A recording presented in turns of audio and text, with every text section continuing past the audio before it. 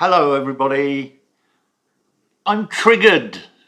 All this talk about triggering. The Guardian says, quote, students in America have been asking for trigger warnings to be included on works of literature, which deal with topics such as rape or sex, unquote. Books like Things Fall Apart by Chinua Achebe. I mentioned him in a previous episode. He's one of Africa's foremost literary figures. The Great Gatsby by F. Scott Fitzgerald, Mrs. Dalloway by Virginia Woolf, and, of course, The Merchant of Venice by Shakespeare. What the hell does this all mean? Triggers are usually associated with guns. So let's get directly to the definition of what we're talking about here.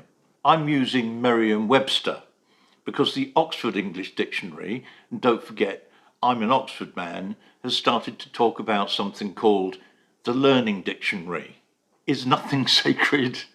I want a simple definition. So, enough of the badinage.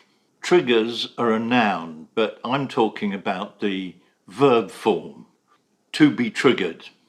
Your remark, post, comment, triggered me. I was triggered by what you wrote. As in, I experienced some kind of intense emotion or reaction. As we used to say, I'm upset by whatever. But now, we're triggered. Okay, I suppose that allows for a wider breadth of meaning and reaction, from mild irritation to sadness through to I'm so freaking angry that I'm going to beat you to a pulp. There's a mechanical element to the word trigger, and also there's an implication that the problem is with you and not with me. You're at fault, not me. Or you triggered me, so I hit you or sued you or cancelled you. I'll maybe trigger you, valued viewer, by saying it's a cop-out. It's the 21st century, post-COVID, favoured stance of blaming somebody else. I can't control my precious, oversensitive emotions. So I'll say, you triggered me by being an insensitive prick. My lack of emotional control is down to you. I'd like to say, bollocks! I will write, paint, sing, create, whatever I want, perhaps pushing the boundary of what's acceptable or what's, quote, decent behaviour, unquote. Listen to stand-up comedians, say George Carlin or Jimmy Carr. They push the absolute boundaries, the limits of good taste. If you see their acts, you know what your emotions are going to be and that they will be played with.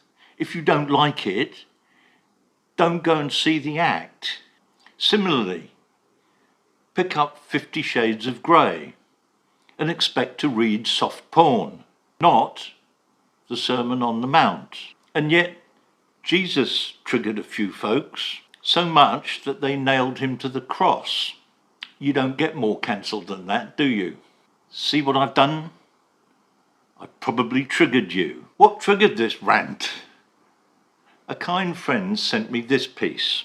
Quote, a comprehensive trigger warning list about triggering content in books specifically, along with answers to questions you may have about literary trigger warnings, including what they mean, why they're both important and controversial, how and when to use them, and more, unquote.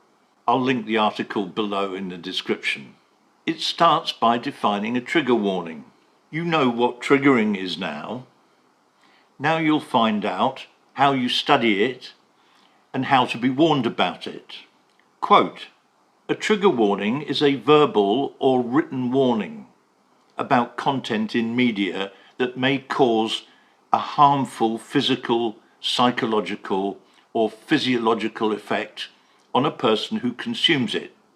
In other words, consuming certain content can trigger people to react negatively including but not limited to post-traumatic stress, unquote. Wow, I can write something in a book that leads to PTSD, can I? The pen really is indeed mightier than the sword. What can trigger you? Miss Buono, who wrote the article, provides a list of the most common subjects, which are here on the screen. Start at A and work your way through. I can warn you, dear friends, my books contain everything from abuse to zealotry, from A to Z, and every letter in between. Here are my trigger warnings. My books are about military history, philosophy, religion, opposed ideas, human interactions, often in the past when the characters think differently from the people in the 21st century. The Gateway to Gandamak series starts with a historic battle, relates a family history from the 11th century through the defeat of the British in the First Afghan War. It discusses the murder of LGBTQ icon Alan Turing. It talks about the religious conflict in Northern Ireland, and it ends in the defeat in present-day Afghanistan. Rivers of Aid, stories from the poor countries, will make you laugh, cry, and probably get angry.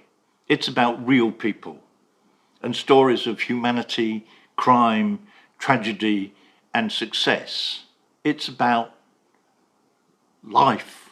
If you get triggered by life, I suggest you don't read my books. Staying in bed with the covers pulled over your head works a bit, just a bit.